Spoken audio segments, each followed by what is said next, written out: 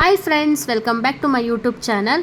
Friends, Bhagyalakshmi ಸಂಚಿಕೆ ತುಂಬಾ ಚೆನ್ನಾಗಿ ಮೂಡ್ ಬರ್ತಾ ಇದೆ. ಇವತ್ತಿನ ಸಂಚಿಕೆಯಲ್ಲಿ ಏನಾಗುತ್ತೆ ಅಂತ ಹೇಳಿ ತಿಳಿಸ್ಕೊಡ್ತೀನಿ. ಅದಕ್ಕಿಂತ ಮುಂಚೆ ನಿನ್ನೆ ಸಂಚಿಕೆಯಲ್ಲಿ ಏನಾಗಿತ್ತು ಅಂತ ಹೇಳಿಬಿಟ್ಟು ಒಂದು ಚಿಕ್ಕ ಝಲಕ್ನ ನೋಡ್ಕೊಂಬರೋಣ. ಫ್ರೆಂಡ್ಸ್, ನಿನ್ನೆ ಸಂಚಿಕೆಯಲ್ಲಿ ತನ್ವಿ ಕನ್ಸೆಂಟ್ ಲೆಟರ್ಗೆ ಸೈನ್ ಮಾಡಿಸೋದಕ್ಕೆ ಅಂತ ಹೇಳಿ ಭಾಗ್ಯನ ಮತ್ತು ಕುಸುಮನ ಕೇಳ್ತಾಳೆ. ಆದರೆ ಭಾಗ್ಯ ಮತ್ತು ಕುಸುಮ ಇಬ್ಬರೂ ಕನ್ಸೆಂಟ್ ಲೆಟರ್ಗೆ ಸೈನ್ ಮಾಡೋದಿಲ್ಲ, ಪರ್ಮಿಷನ್ ಕೂಡ ಕೊಡೋದಿಲ್ಲ. ತನ್ವಿಗೆ ತುಂಬಾ ಬೇಜಾರಾಗುತ್ತೆ. ಇನ್ನೊಂದು ಕಡೆ ಭಾಗ್ಯ ಒಂದು ಹೊಸ ಹೋಟೆಲ್ ಬಿಸ್ನೆಸ್ ಸ್ಟಾರ್ಟ್ ಮಾಡಬೇಕು ಅಂತ ಹೇಳಿ ಅದಕ್ಕೆ ಪಾಂಪ್ಲೆಟ್ ಎಲ್ಲ ರೆಡಿ ಮಾಡಿರ್ತಾಳೆ. ಆ ಪಾಂಪ್ಲೆಟ್ನ ಸುಂದ್ರಿ ಮತ್ತು ಪೂಜಾ, ಭಾಗ್ಯ 3 ಜನನೂ ಸೇರಿ ಎಲ್ಲ ಕಡೆ ಹಂಚಿ ಮನೆಗೆ ಬರ್ತಾರೆ. ಇನ್ನೊಂದು ಕಡೆ ತನ್ವಿ ನಾನಿವತ್ತು ಕಾಲೇಜಿಗೆ ಬೇಗ ಹೋಗಬೇಕು ಅಂತ ಹೇಳಿ ಹೊರಡ್ತಾಳೆ. ಇಷ್ಟಕ್ಕೆ ನಿನ್ನೆ ಸಂಚಿಕೆ ಮುಗ್ದಿತ್ತು. ಇವತ್ತಿನ ಸಂಚಿಕೆ ಏನಾಗುತ್ತೆ ಅಂತ ಹೇಳಿ ತಿಳಿಸ್ಕೊಡ್ತೀನಿ. ಅದಕ್ಕಿಂತ ಮುಂಚೆ ನೀವು ಯಾರು ನನ್ನ ಚಾನೆಲ್ನ ಸಬ್ಸ್ಕ್ರೈಬ್ ಮಾಡಿಲ್ಲ, ಬೇಗ ಸಬ್ಸ್ಕ್ರೈಬ್ ಮಾಡ್ಕೊಳ್ಳಿ. ಸೊ ಇವತ್ತಿನ ಸಂಚಿಕೆಯಲ್ಲಿ ತಾಂಡವ್ನ ಮೀಟ್ ಮಾಡೋದಕ್ಕೆ ಅಂತ ಹೇಳಿ ತನ್ವಿ ಬರ್ತಾಳೆ. ತನ್ವಿ ಬಂದು ತಾಂಡವ್ನ ಮೀಟ್ ಮಾಡ್ತಾಳೆ. ತಾಂಡವ್ ಹೇಳ್ತಾನೆ, ಏನೋ ಕೆಲಸ ಆಗಬೇಕು ಅಂತ ಹೇಳ್ದಲ್ಲ, ಏನು ಅಂತ ಹೇಳಿ ಕೇಳ್ತಾನೆ.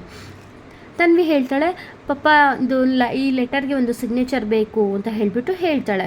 ತಾಂಡವ್ ಅಷ್ಟೇ ತಾನೇ, ಕೊಡು ನಾನು ಮಾಡಿಕೊಡ್ತೀನಿ ಅಂತ ಹೇಳಿಬಿಟ್ಟು ತಾಂಡವ್ ಇಸ್ಕೊಳ್ತಾರೆ. ಇನ್ನೇನು ಸಿಗ್ನೇಚರ್ ಮಾಡಬೇಕು ಅನ್ನೋಷ್ಟರಲ್ಲಿ ಇದೇನೋ ಕನ್ಸೆಂಟ್ ಲೆಟರ್ ಥರ ಇದೆಯಲ್ಲ, ಏನೋ ರೆಸಾರ್ಟಲ್ಲಿ ಉಳ್ಕೊಳ್ಳೋದು ಅಂತ ಹೇಳಿ ಒನ್ ಡೇ ಟ್ರಿಪ್ ಅಂತ ಹೇಳಿ ಇದೆಯಲ್ಲ ಅಂತ ಹೇಳಿ ಕೇಳ್ತಾಗ ತಾಂಡವ್ ಕೇಳ್ತಾನೆ.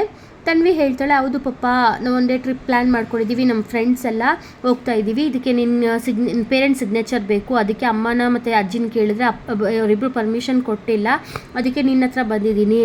ಪ್ಲೀಸ್ ಪಪ್ಪ, ನೀನು ತುಂಬ ಮಾಡರ್ನ್ ಆಗಿ ಥಿಂಕ್ ಮಾಡ್ತೀಯಲ್ಲ, ಸೊ ಅದಕ್ಕೆ ನೀನು ಸೈನ್ ಮಾಡಿಕೊಡಿ ಅಂತ ಹೇಳಿ ಕೇಳ್ತಾಳೆ. ಅವ್ರು ಬೇಡ ಅಂತ ಅಂದರೆ ನಾನು ಮಾಡ್ತೀನಿ ಅಂತನಾ? ನಾನು ಮಾಡೋದಿಲ್ಲ, ನಿನ್ನ ಗಮನ ಏನಿದ್ರು ಓದಿನ ಕಡೆ ಇರಬೇಕು. ಈ ರೀತಿಯಾಗಿ ಟ್ರಿಪ್ ಎಲ್ಲ ಏನು ಬೇಡ, ನಿನ್ನೇನಿದ್ರು ಓದೋದಷ್ಟೇ ನಿನ್ನ ಕೆಲಸ ಅಂತ ಹೇಳಿಬಿಡ್ತಾನೆ. ಪಾಪ ಪ್ಲೀಸ್ ಪಪ್ಪ, ನೀನು ತುಂಬ ಮಾಡರ್ನಾಗಿ ಥಿಂಕ್ ಮಾಡ್ತಿಲ್ಲ, ಎಷ್ಟು ದಿನ ಆದರೂ ನಾನು ಕಾಲೇಜ್ಗೆ ಅದು ತುಂಬ ಮೈಂಡ್ ಫ್ರೆಶ್ ಆಗುತ್ತೆ, ಅದಕ್ಕೋಸ್ಕರ ಅಂತ ಹೇಳ್ತಾನೆ. ಅದೆಲ್ಲ ಏನೂ ಬೇಕಾಗಿಲ್ಲ, ನಿನ್ನ ಗಮನ ಏನಿದ್ರು ಓದೋದ್ರ ಕಡೆ ಇರಬೇಕು. ಈಗ ನನಗೆ ಆಫೀಸಿಗೆ ಟೈಮ್ ಆಗಿದೆ, ನಿನಗೂ ಕಾಲೇಜಿಗೆ ಟೈಮ್ ಆಗಿದೆ, ನೀನು ಕಾಲೇಜ್ ಹತ್ರ ಬಿಟ್ಬಿಟ್ಟು ನಾನು ಹೊರಡ್ತೀನಿ, ಬಾ ಕಾರಲ್ಲಿ ಕೂತ್ಕೋ ಅಂತ ಹೇಳ್ತಾನೆ. ಪಪ್ಪ ಪ್ಲೀಸ್ ಪಪ್ಪ, ಹೋಗಿ ಕಾರಲ್ಲಿ ಕೂತ್ಕೊಳ್ತಾಳೆ. ಕಾರಲ್ಲಿ ಕೂತ್ಕೊಂಡು ಪಪ್ಪ ಪ್ಲೀಸ್ ಪಪ್ಪ ಅಂತ ಹೇಳ್ತಾಳೆ. ನೋ ಮೋರ್ ಡಿಸ್ಕಷನ್ ಅಂತ ಹೇಳಿ ಬೈದ್ಬಿಟ್ಟು ಅಲ್ಲಿಂದ ಹೊರಟ್ಬಿಡ್ತಾಳೆ. ಇನ್ನೊಂದು ಕಡೆ ಭಾಗ್ಯ ಪಾಂಪ್ಲೆಟ್ಸ್ ಎಲ್ಲ ಹಂಚ್ಬಿಟ್ಟು ಮನೆಗೆ ಬಂದು ಕಾಲ್ ಬರುತ್ತೆ ಅಂತ ಹೇಳಿಬಿಟ್ಟು ವೆಯ್ಟ್ ಮಾಡ್ತಾ ಇರ್ತಾಳೆ. ಸೊ ಈಗ ಕಾಲ್ ಬರುತ್ತೆ, ಆದರೆ ಯಾರೂ ಬೇರೆ ಬೇರೆ ಕಾಲ್ಸ್ ಎಲ್ಲ ಯಾವುದೋ ಒಂದು ಲೋನ್ ಬೇಕಾ ಅಂತ ಹೇಳಿ ಕಾಲ್ ಮಾಡ್ತಾರೆ, ಮತ್ತು ಬೇರೆ ಏನೋ ಬೇಕಾ ಅಂತ ಹೇಳಿ ಕಾಲ್ ಮಾಡ್ತಾರೆ. ಯಾರೂ ಊಟಕ್ಕೋಸ್ಕರ ಯಾರೂ ಕಾಲ್ ಮಾಡಲ್ಲ. ಎಲ್ಲರೂ ತುಂಬ ಬೇಜಾರಾಗ್ತಾರೆ. ಸುನಂದ ಇನ್ನೊಂದು ಕಡೆ ನೋಡ್ದಾ, ಈ ಥರ ಎಲ್ಲ ಬೇಡದೇ ಇರೋ ಕೆಲಸ ಎಲ್ಲ ಮಾಡಿಕೊಂಡು ಟೈಮ್ ವೇಸ್ಟ್ ಮಾಡೋ ಬದಲು ಇದೆಲ್ಲ ಬೇಡ ಅಂತ ಹೇಳಿ ಬೈತಾಳೆ. ಆಗ ಭಾಗ್ಯನೂ ತುಂಬ ಬೇಜಾರಾಗಿ ಏನೋ ಯೋಚನೆ ಮಾಡ್ತಾ ಇರ್ತಾಳೆ. ಪೂಜಾ ಕೇಳ್ತಾಳೆ, ಅಕ್ಕ ಏನು ಯೋಚನೆ ಮಾಡ್ತಾ ಇದೆಯಾ ಅಂತ ಕೇಳ್ತಾಳೆ.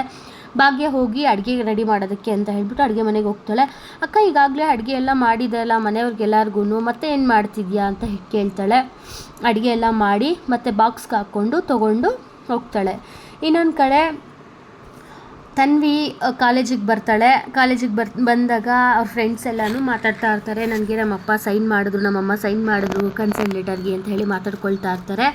ತನ್ವಿ ಅದನ್ನು ನೋಡಿ ತುಂಬ ಬೇಜಾರಾಗ್ಬಿಟ್ಟು ತನ್ವಿನ ಕೇಳ್ತಾರೆ, ನೀನು ಸೈನ್ ಮಾಡಿಸ್ತಾ ಅಂತ ಕೇಳಿದಾಗ ಅವಳ ಪೇಪರಲ್ಲಿ ಸೈನ್ ಆಗಿರೋ, ಯಾಕೆ ಸೈನ್ ಮಾಡಿಸಿಲ್ಲ ಅಂತ ಕೇಳಿದಾಗ ನಮ್ಮಲ್ಲಿ ಯಾರೂ ಒಪ್ಕೊಂಡಿಲ್ಲ, ನೀವು ಹೋಗಿ ನಾನು ಬರೋದಿಲ್ಲ ಅಂತ ಹೇಳಿಬಿಟ್ಟು ಅವ್ರ ಹತ್ರದಿಂದ ಪೇಪರ್ ತೊಗೊಂಡು ಹೊರಟೋಗ್ಬಿಡ್ತಾಳೆ.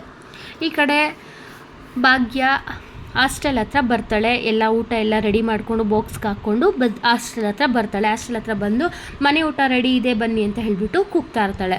ಸೊ ಯಾರೋ ಬರ್ತಾರೆ, ಬಂದು ಒಂದು ಸ್ವಲ್ಪ ಟೇಸ್ಟ್ ಮಾಡಿಬಿಟ್ಟು ನೋಡ್ತಾರೆ. ನೋಡಿ ತುಂಬಾ ಚೆನ್ನಾಗಿದೆ ಅಂತ ಹೇಳಿಬಿಟ್ಟು ಕಾಲ್ ಮಾಡಿ ಇನ್ನೊಬ್ಬನ್ನ ಕರೀತಾರೆ.